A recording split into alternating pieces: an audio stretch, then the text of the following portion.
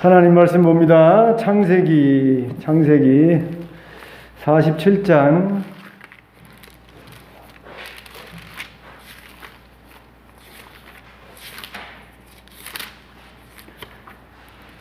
12절 한 절 말씀만 봅니다. 창세기 47장 12절 다 같이 한 목소리로 함께 합독하십시다. 시작. 또 그의 아버지와 그의 형들과 그의 아버지의 온 집에 그 식구를 따라 먹을 것을 주어 복량하였더라.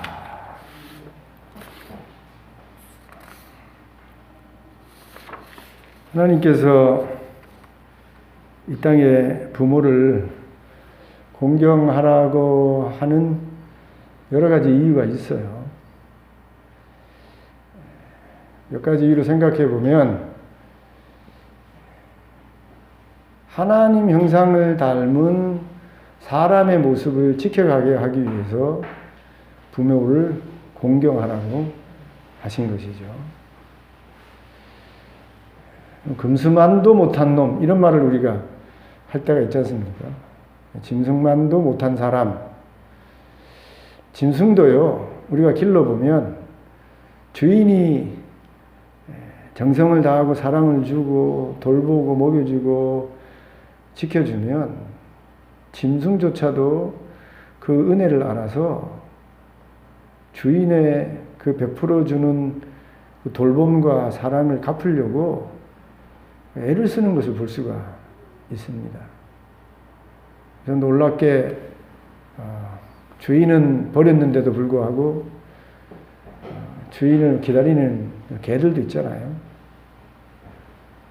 하나님께서 우리를 짐승하고 다르게 하나님의 형상을 따라 지어 놓았는데, 하나님의 형상을 따라 지었다는 것은 사람답게 살라는 것이죠. 사람답게 하나님의 형상을 지켜 살아가는 데 있어서 중요한 게 부모 공경인 것이죠. 부모님이 우리에게 베풀어 준 은혜는 세상의 그 어떤 은혜와 비교할 수 없는 것이죠. 고통 속에 우리를 낳고 또 우리를 이만큼 성장하고 있게 하기 위해서 저들이 할 수 있는 모든 수고와 희생을 다 베풀어서 은혜로 우리를 기르고 우리를 이만큼 살게 해주신 것이죠. 그 은혜가 너무나도 큰 것이죠. 그래서 세상도 부모님의 은혜를 하늘보다 높다, 그렇게까지 표현하는데, 이렇게 큰 은혜를 받은 자녀가 그 은혜를 다 잊어버리고 은혜가 없었던 것처럼 부모 공경을 하지 않는다고 한다면 금수만도 못한 것이죠. 그래서 하나님의 형상을 지은 사람의 모습을 잃어버리게 되는 거예요. 우리가 하나님의 형상을 입은 사람의 모습을 유지하면서 이 땅을 살아가려고 하면 우리에게 그 어떤 은혜보다 더 큰 은혜를 주신 부모 공경을 먼저 해야 되는 것이죠. 잘 해야 하는 것이죠. 그래야 짐승 같지 않은 은혜를 아는 사람으로서 살아갈 수 있게 되어지는 것입니다. 그리고 하나님이 부모 공경을 하라고 한 또 다른 이유를 찾자면 질서 때문인 것이죠. 귀신과 다르게, 사탄과 다르게 하나님은 질서의 하나님이십니다. 창세기를 여러분 읽어보시면 하나님이 첫날부터 일곱째 날까지 창조를 하셨는데, 그 창조를 하신 내용을 잘 살펴보면 뒤죽박죽 되어 있지 않아요. 아주 순서대로 질서 있게 6일 동안 창조하시고 그리고 7일째 안식하신 것을 볼 수 있습니다. 예컨대요, 하나님이 질서 없이 창조하셨다고 한다면 사람을 먼저 만들어 놓고 짐승을 먼저 만들어 놨어요. 그런데 그 사람과 짐승이 먹을 수 있고 거할 수 있는 땅이 없어요. 물고기를 만들어 놨는데 바다가 없어요. 그럼 만들어 놓은 물고기가 죽을 수밖에 없지 않습니까? 만들어 놓은 인간과 짐승이 살 터전이 없는 거예요.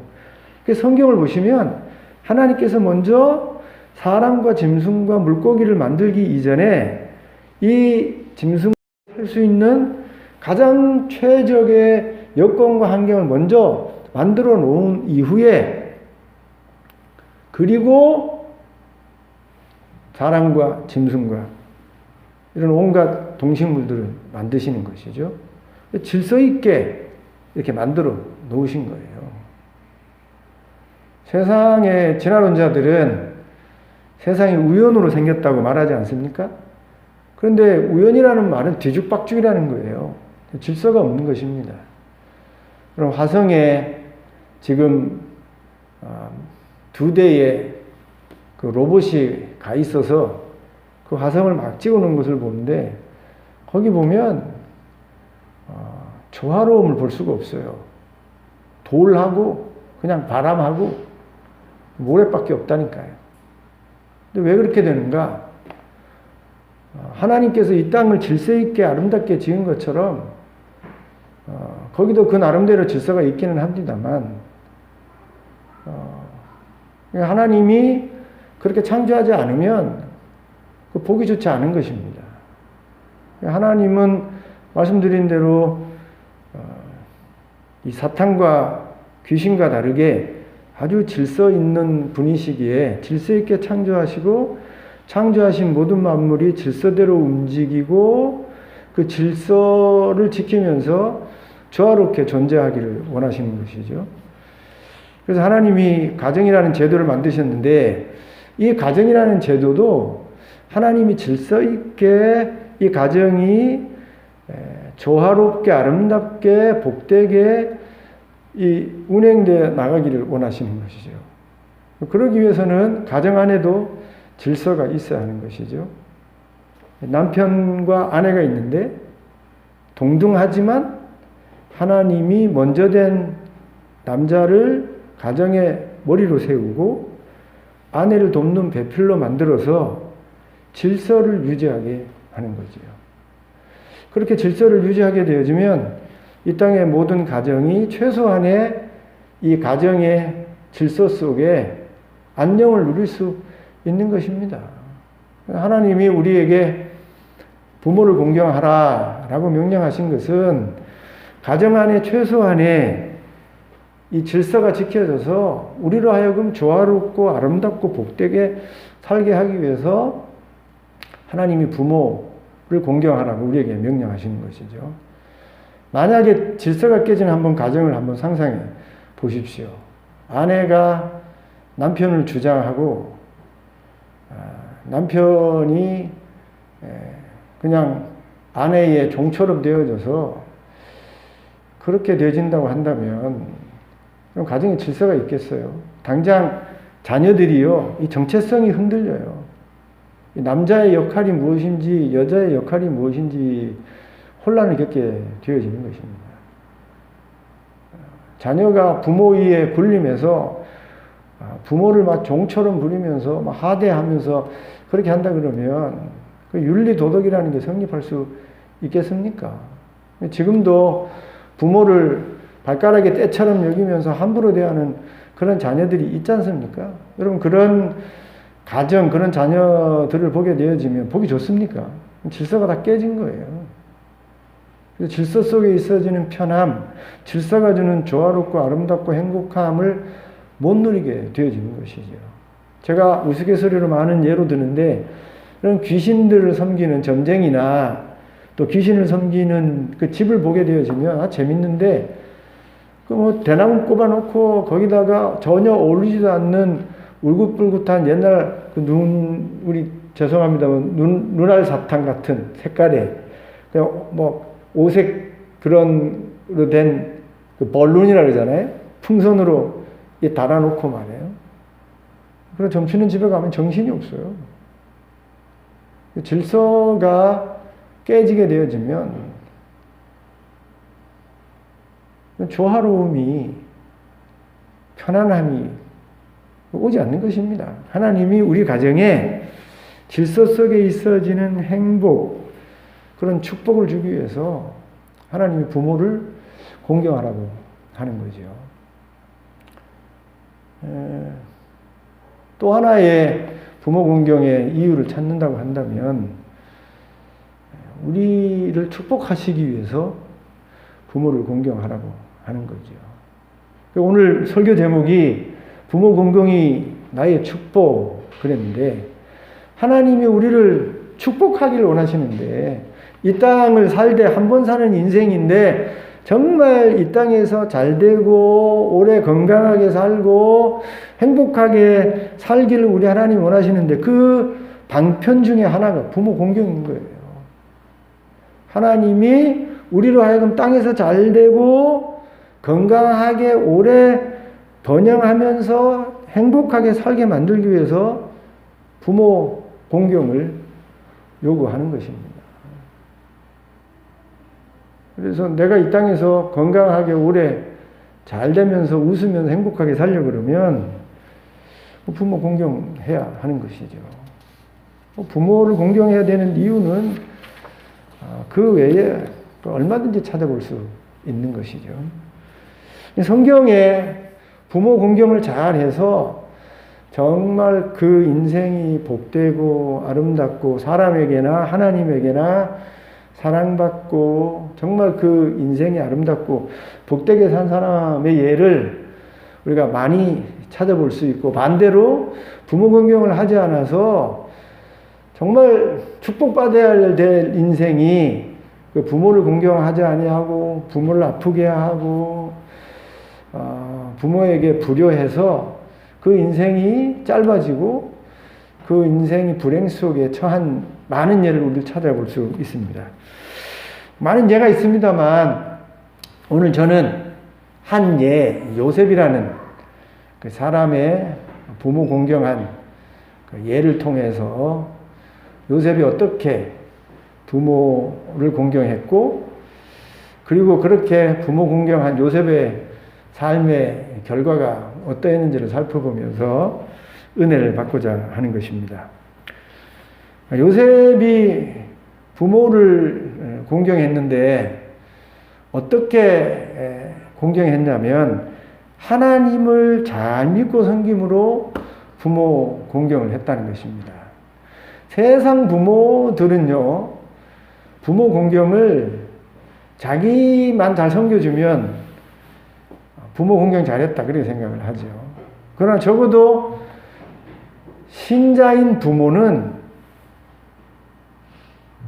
다른 것으로 공경을 잘했다고 하더라도 하나님 믿고 섬기지 않으면 기쁘지 않은 것입니다. 행복하지 않은 거예요. 그리고 이삭하고 리브가에게 똑같이 생긴 두 아들이 있지 않습니까? 쌍둥이라니까요. 물론 성경에 보면 에서는 붉고 털이 많고 야곱은 털이 없고 그래서 쌍둥이에도 불구하고 좀 다른 외모가 있습니다만 어쨌든 쌍둥이잖아요. 똑같은 한날 한시에 태어난 이삭의 두 아들인데 이 두 아들이 부모에게 어떻게 하는 그 모습을 통해서 공경하는 아들이구나, 부모의 마음을 기쁘게 하는 아들이구나, 그렇지 않는 아들이구나를 알 수 있는 것이죠. 에서 첫째 아들이 에서고 둘째가 야곱 아닙니까? 그런데 이 에서는요, 하나님을 섬기고 하나님을 믿어서 부모를 기쁘게 하는 아들이 아니었던 것이죠. 남자다워요. 남자답고 성격이 아주 호방해서 사람이라는 측면에서 보면 아주 호감이 가는 아들이죠. 아주 인정해 줄 수 있는 그런 아들입니다. 아버지가 사냥 결과물 가지고 음식을 이렇게 해주기를 참 좋아하는 그런 아버지인데, 그런 아버지 욕을 다 들어주는 아들이에요. 아버지에게 사랑받는 아들입니다. 그러나, 그럼에도 불구하고 에서의 삶 속에는 하나님을 의식하고 또 하나님을 믿고 섬기는 그런 삶이 없었던 것이죠.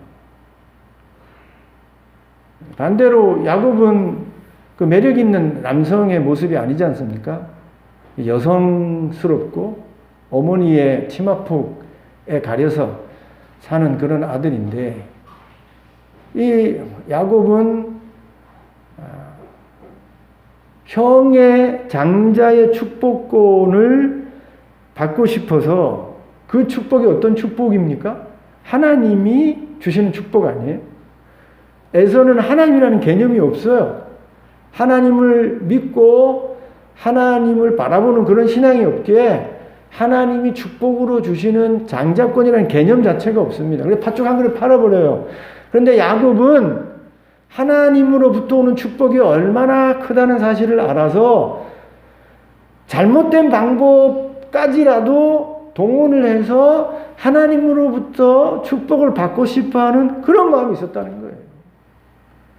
야곱의 일생을 보게 되어지면 늘 하나님을 기억하고, 그리고 하나님을 섬기면서 하나님으로부터 훈련받은 전 인생을 살아가지 않습니까? 그게 야곱이에요. 그리고 반대로 에서는 정말 인간적으로는 매력이 있는 부분이 있는 그런 에서임에도 불구하고 하나님을 알지 못하고 하나님을 신앙하지 않아서 결국은 하나님으로부터 멀어지고, 나중에 그 하나님의 약속의 땅에서 멀어져서 저기 동쪽 에돔으로 나아가서 하나님과 완전히 멀어지는 그런 삶을 사는 조상이 되어지지 않습니까? 나중에 이 이삭과 리브가가 아주 고통스러워하는데, 무엇 때문에 고통스러워하냐면 이 에서가 신앙이 없어서, 하나님을 믿는 신앙이 없어서 하나님을 알지 못하는 가나안 여인과 결혼을 하는 것이죠. 그래서 그런 모습을 보고 리브가가 너무너무 힘들어하는 겁니다. 신앙의 며느리를 데려오지 않고 불신앙의 세상 그런 여인을 사랑해서 살아가는 그런 에서를 보면서 리브가와 이삭이 힘들어하지 않습니까? 근데 반면에 야곱은 신앙으로 살아서 부모에게 순종하면서, 그리고 그 하나님을 믿는 신앙으로 평생을 살아가지 않습니까? 그런 모습을 바라보는 부모 이삭과 리브가가 누구에게 부모를 공경하는 아들이라고 평가하겠어요? 아무리 자식이 잘되고 똑똑하고 훌륭하고 큰 사회적인 성취를 이루었다고 하더라도 믿는 부모에게 있어서 최고의 효도는요, 똑같은 신앙을 가지는 것입니다. 부모와 똑같은 신앙을 가지고 함께 하나님을 섬기면서 같은 길을 걸어가는 그런 자녀가 되어질 때에, 그때 부모가 가장 기쁘고, 그런 신앙을 가지고 살아가는 그 자녀들이 가장 부모에게 효도하는 그런 아들이, 딸이 되어지는 것이죠. 요셉은 야곱과 똑같이 평생 하나님을 잘 섬기는 신앙생활을 해서 아버지 야곱에게 효도하는 아들이었던 것이죠. 어렸을 때 꿈을 꾸었는데 하늘에 달과 별과 11별이 자기에게 절하는 꿈을 꾼 것입니다. 하나님이 주신 꿈을 꾸고 그 하나님 주신 꿈을 비전으로 삼고 믿음으로 살아간 사람이 요셉이에요.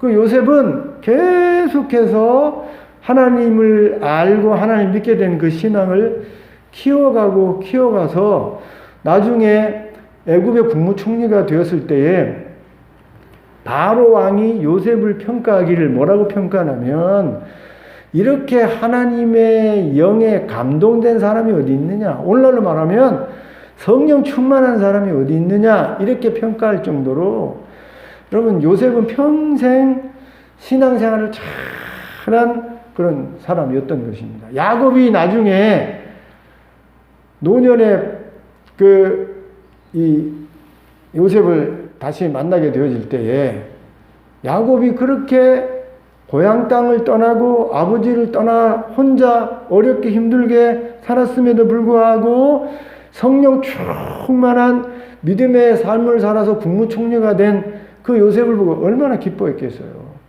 단순히 국무총리가 돼서 높은 권력을 가지고 돈과 재물과 명예를 가진 소위 말해서 성공한 아들이 되었기에 야곱이 기뻐하고 야곱이 즐거워했겠습니까?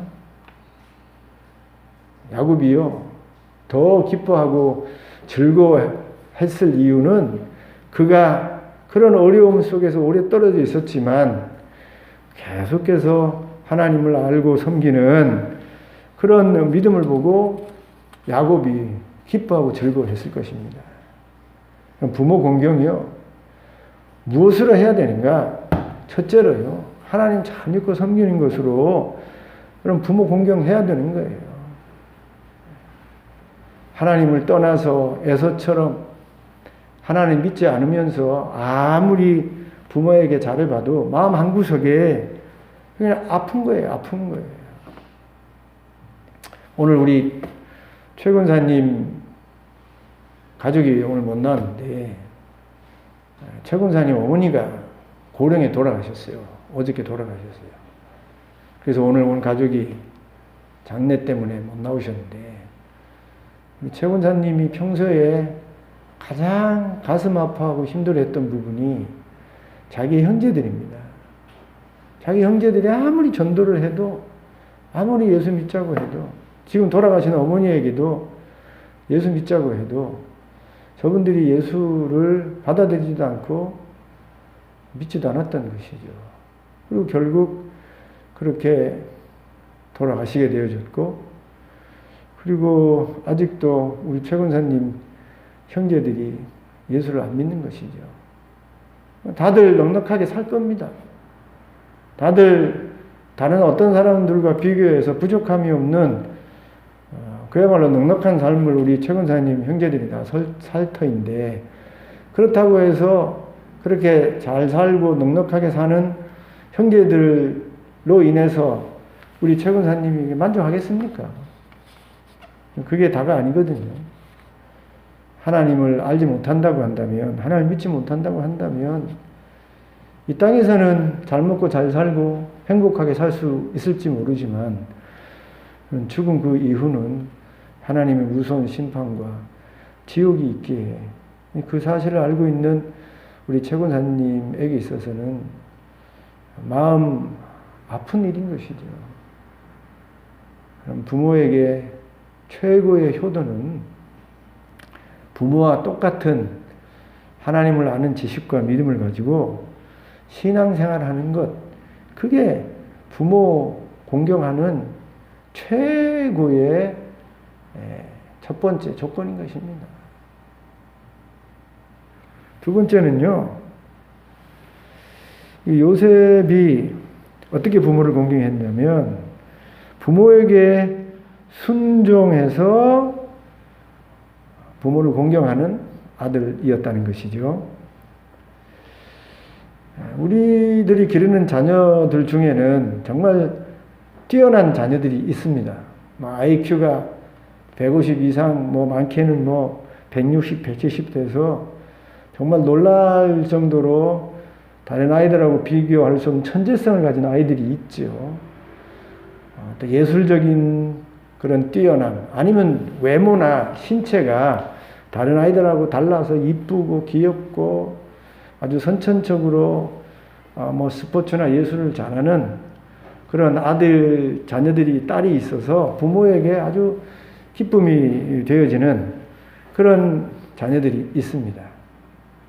그래서 그렇게 뛰어나고 훌륭하고 자랑하고 싶은 그런 자녀들이라고 하더라도, 그런 자녀를 기른다고 하더라도, 기르는 그 자녀들이 양육할 때에 부모의 말에 순종하지 않는다고 한다면 부모에게 기쁨이 될 수 없는 것입니다. 아무리 이쁘게 생기고 아무리 똑똑하고 아무리 다른 사람에게 자랑하고 싶은 특별한 탤런트가 소질이 있다고 하여도 그런 자녀라고 할지라도 순종하지 않으면 그런 뛰어나고 천재적인 아이들이 부모에게 기쁨이 될 수 없는 것이죠. 연세대학교를 가고 고대를 가고 서울대학교를 간다고 하더라도 부모의 말을 듣지 않아요. 지멋대로 해요.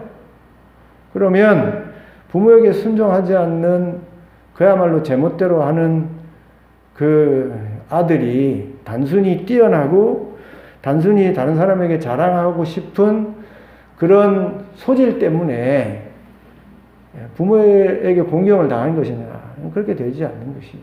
아까도 말씀드렸습니다만 에서가 사람이라는 측면에서는 멋있는 사람이라니까요.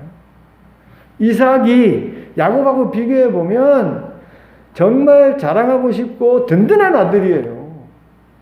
장자로서의 그 모든 책임과 의무를 감당할 수 있는 능력 있는 아들이었어요.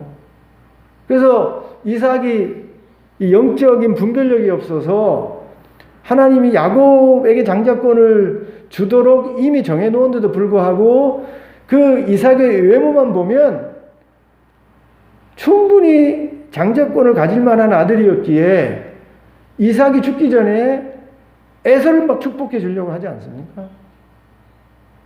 그 정도로 외모로 출중한 아들이에요. 성격도 좋은 아들이에요. 호방하고 호탕하고 그런 아주 매력 있는 아들인데도 불구하고 문제는 순종하지 않는다는 거예요.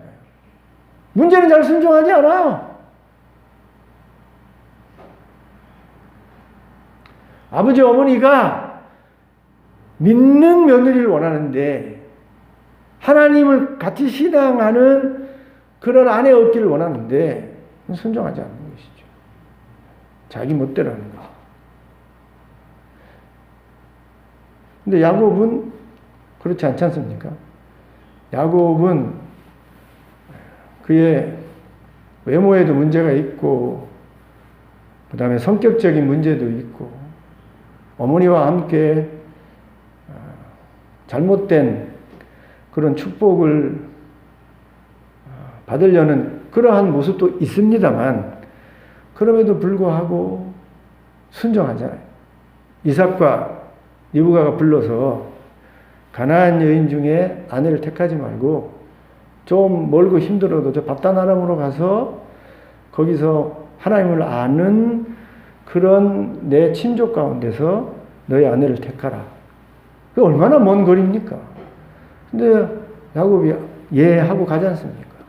그리고 거기 가가지고 아유 힘들어요 하고 돌아오면 되는데 20년 동안 거기서 부모님의 말에 순종해서 아내를 얻고 돌아오지 않아요? 여기 요셉도 말이에요. 정말 순종하는 그런 아들로서 부모에게 공경했던 것을 알 수 있습니다. 여러분 요셉이 애굽에 팔려가고 그렇게 모진 인생을 살게 된 것도 따지고 보면 부모에게 순종했기 때문입니다. 아버지가 형들이 아버지 양떼를 몰고 나갔는데 돌아오지 않는 거예요. 그러니 그 나가서 돌아오지 않는 형제들의 여부를, 안부를 알아보기 위해서 아버지가 요셉을 보낸 것 아닙니까? 그 요셉이 아버지의 말씀에 순종해서 형들을 찾기 위해서 온 들판을 쫓아다니다가 사람들에게 듣기는 너희 형들이 저기 도단까지 갔다더라. 그 먼 거리를 또 가는 겁니다. 아버지 말씀에 순종하기 위해서.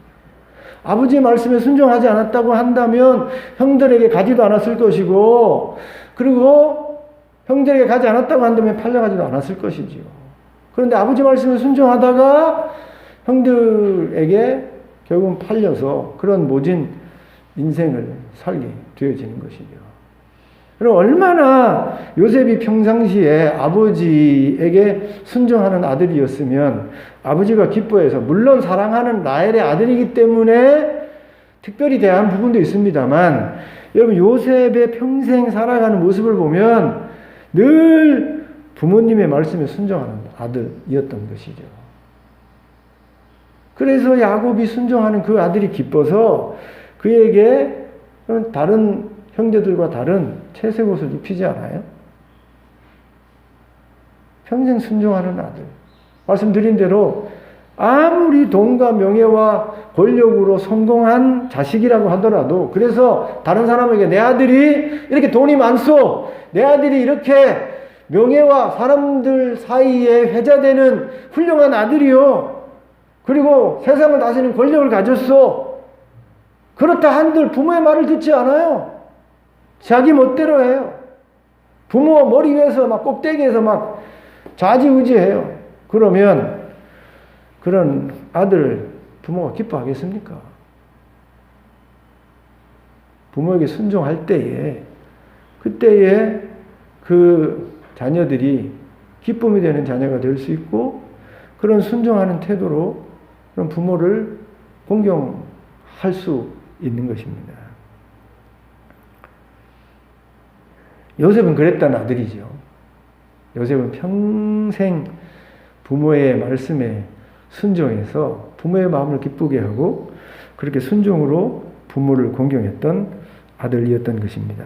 세 번째로 요셉은요, 형제들과 우애하고 섬김으로 부모를 공경하였던 사람인 것이죠.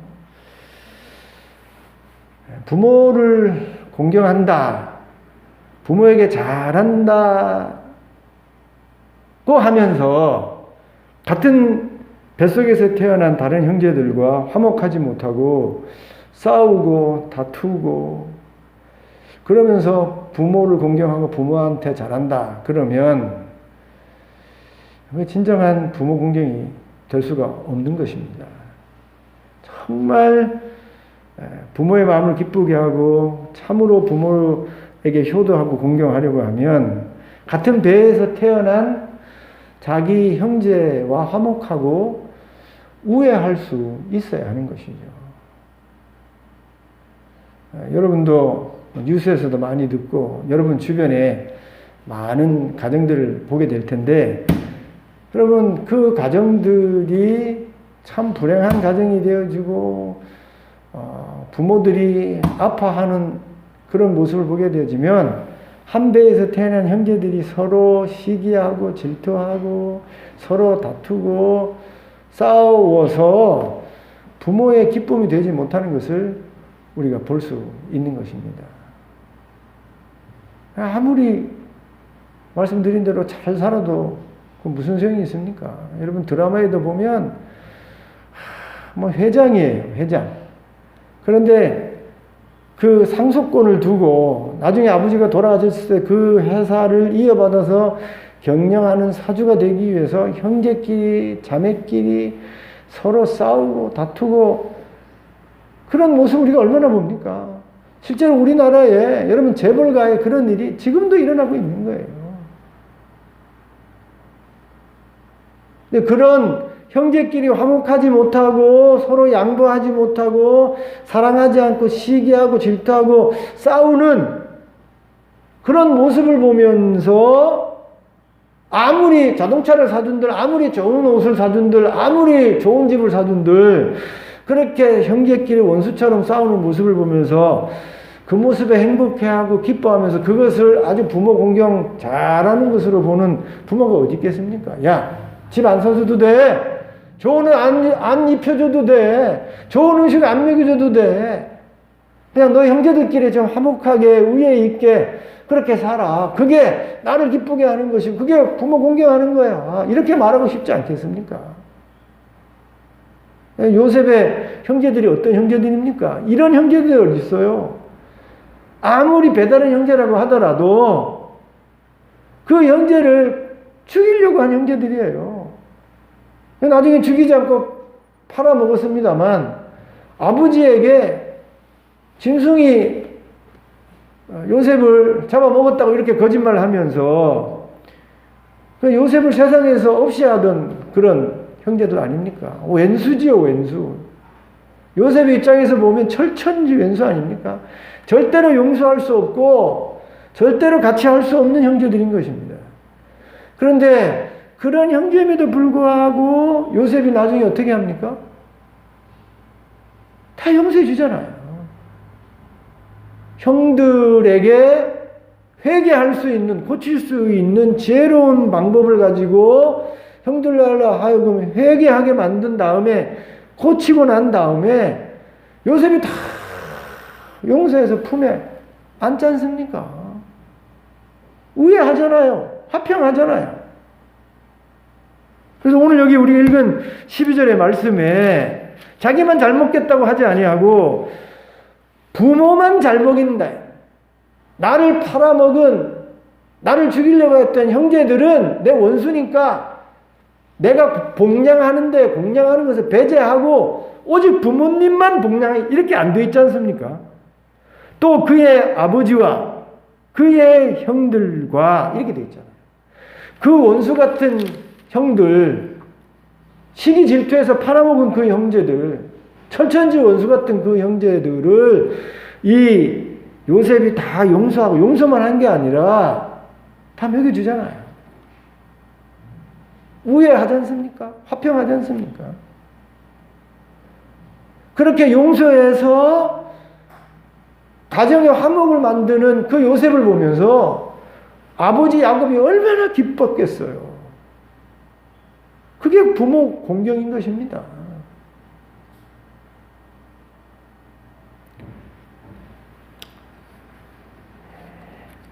우리 인간이 태어날 때부터 타락해서요, 내 배에서 태어난 자식이라고 하더라도, 그리고 그 자식들 간에라도 우열이 있고 잘 되는 자녀가 있고 잘못되는 자녀가 이렇게 있으면, 그리고 잘하는 자녀가 있고 못하는 자녀가 있으면 이게 뭐 시기 질투심이 다 생기게 돼 있어요. 그게 우리 타락한 인간의 속성입니다. 그래서 형제들 간에도 이런 어떤 형제가 잘 돼요. 그러면 잘 안 된 형제가 잘 된 형제를 보면 배가 아프다니까요. 사돈이 논을 사면, 사촌이 논을 사면 배가 아픈 게 아니라 내 형제도 그래요. 내 형제도 잘 되면 옆에서 기뻐하고 함께 기뻐하고 축복하고 박수 쳐주고 화목하는 게 아니라 배가 아프다. 그게 우리 인간이에요.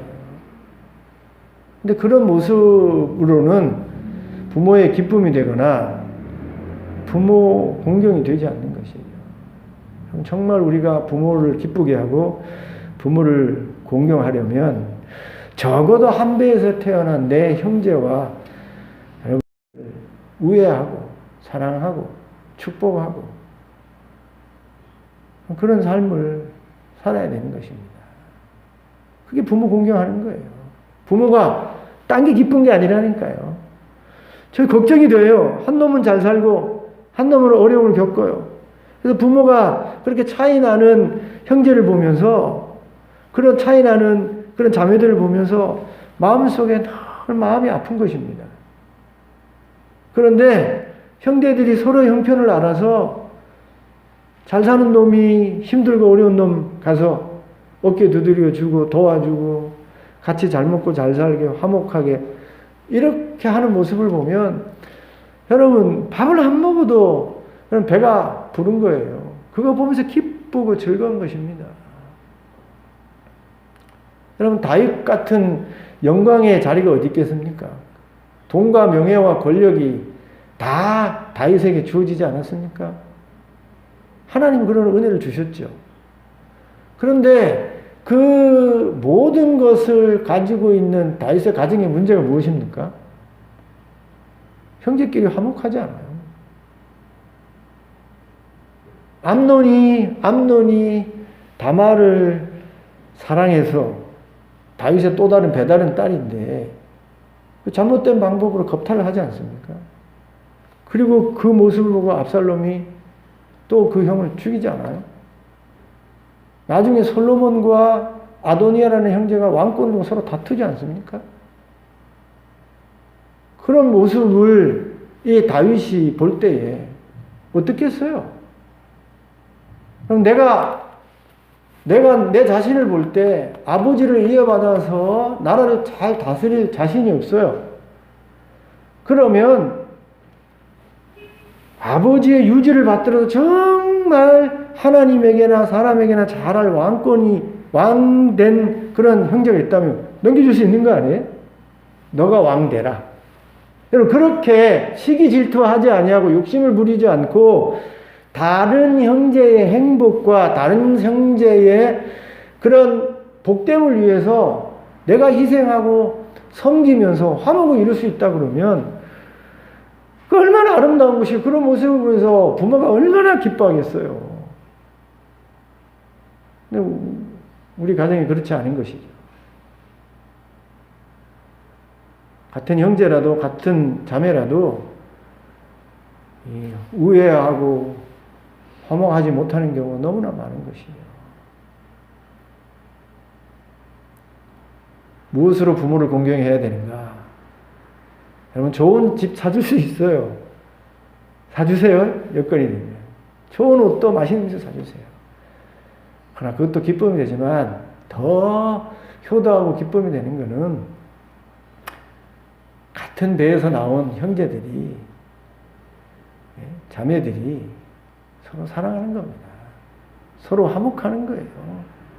그렇게 부모 앞에서 화목하고 우애 있게 살아가는 그 모습이 부모 공경 잘하는 것입니다. 그래서 저는 우리 자녀들한테나 또 우리 형제들에게도 항상 제가 가르치는 게 무엇인가 하면 서로 우애하라는 겁니다. 서로 우애하라. 자기만 생각하지 말고 동생이 어렵고 오빠가 어렵고 하면 서로 도와줘서 힘이 돼서 여러분 화목하고 우애하고 함께 복되게 살면 그거를 지켜보는 부모가 다른 어떤 효도보다 더 기쁨이 되고 그 효도가 되는 것입니다. 마지막으로요, 이 요셉이 어떻게 부모를 공경했냐면 실제적으로 복양하였다는 것입니다. 오늘 여기 우리가 읽은 12절에 보게 되어지면 복양 이렇게 되어 있잖아요. 복양. 공경하고는 다른 것이죠. 복양이라는 말은 그야말로 실제적으로 부모에게 힘이 되고 부모에게 도움이 되어지도록 삶으로, 물질로 섬겼다는 것입니다. 저는 개인적으로는 물질도 중요하지만 더 중요한 게 마음이라고 생각을 합니다. 말씀드린 대로 좋은 차 사주고 좋은 집 사주고 좋은 옷 사주고 좋은 맛있는 음식 사줄 수 있죠. 그런데 그렇게 좋은 옷, 좋은 집, 좋은 차는 내가 돈만 많으면 얼마든지 할 수 있어요. 그런데 그렇게 부모에게 사주는 집, 부모에게 사주는 차, 부모에게 사주는 좋은 음식이라고 하더라도 그 속에 부모에 대한 존경이나 사랑의 마음이 하나도 담겨 있지 않다고 한다면 그렇게 주는 여러분 차, 그렇게 주는 집, 좋은 음식, 옷이 그게 무엇이 기쁨이 되겠습니까?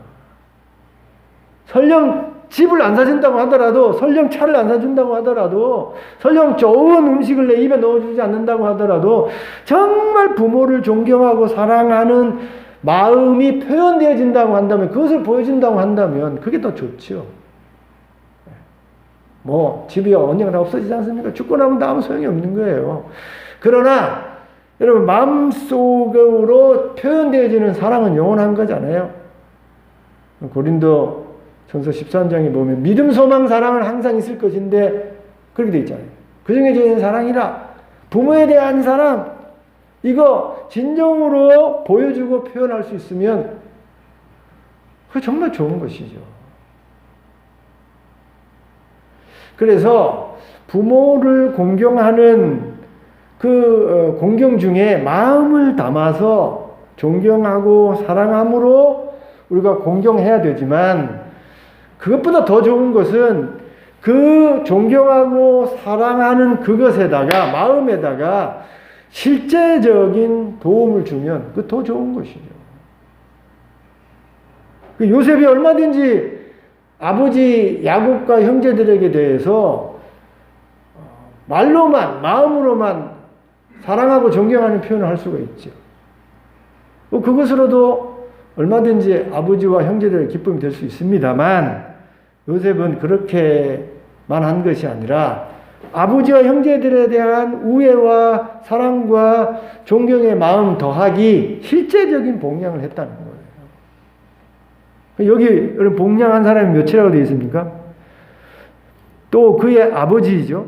아버지와 어머니는 포함 안 되어 있지만 옛날에는 여자들은 숫자에 잘 안 넣었지요. 그의 형들이 12 아닙니까? 그리고 그 아버지의 온 집, 여기에 숫자가 안 포함되어 있으면 나중에 포함된 거 보면 몇 명이에요? 70인이라는 거예요.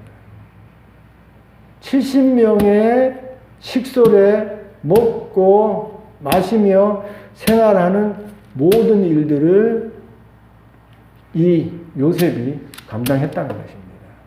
여러분, 돈이 많다고 해서, 여건이 다 주어졌다고 해서 여러분 베푸는 게 아니에요. 우리 주변에서 알 수 있다니까요. 내가 여건이 많다고 해서 얼마든지 내가 많으니까 이 형제를 베풀고 도울 수 있을 것 같아도 그렇지 않는 것입니다.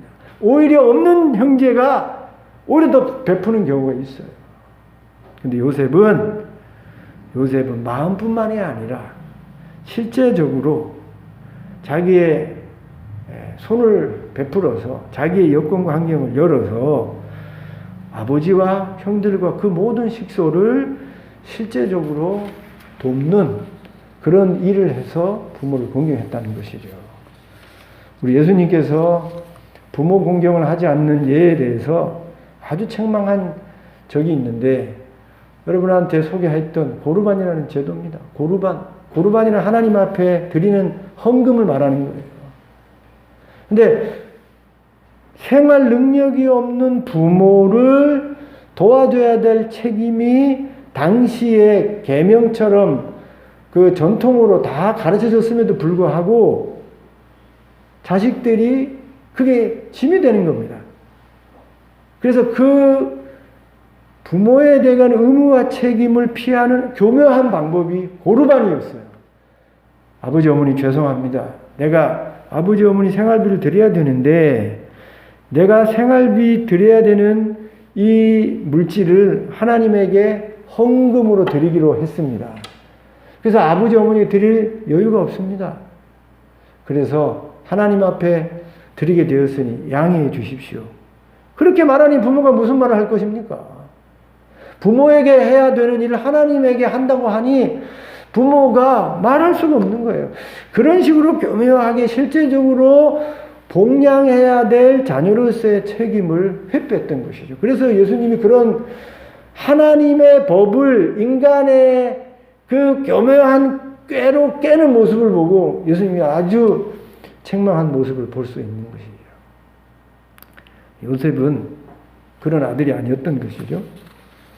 아버지뿐만이 아니라 그의 형제, 그리고 아버지, 형제의 모든 식솔들을 다 책임지고 먹이는 그런 부담스러운 일을 실제적으로 감당하고 복양함으로 부모를 공경했던 것이죠. 쉬운 일이 아닙니다.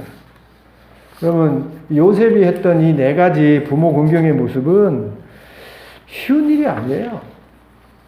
부모님처럼 하나님을 알고 믿어서 부모를 공경하는 것, 그리고 부모에게 순종해서 부모의 기쁨이 되어지고 부모를 공경하는 것, 그리고 형제들과 화해하고 우애하면서 부모를 공경하는 것, 그리고 실제적으로 부모를 섬기면서 복양하는 것.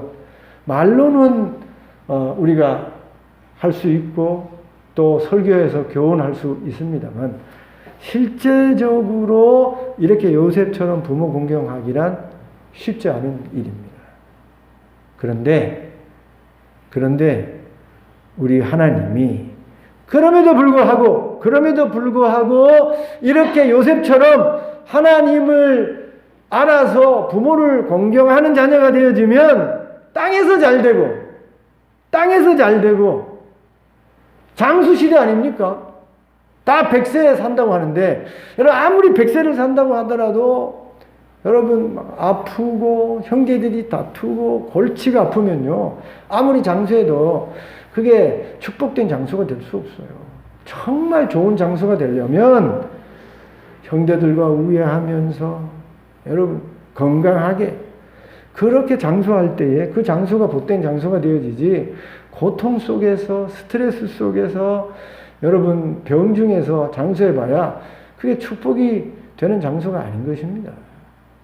그런데 이렇게 요셉처럼 하나님 앞에 하나님이 기뻐하는 공경의 모습으로 살아가게 되어지면 하나님이 그런 은혜를 우리에게 축복으로 주신다는 것입니다.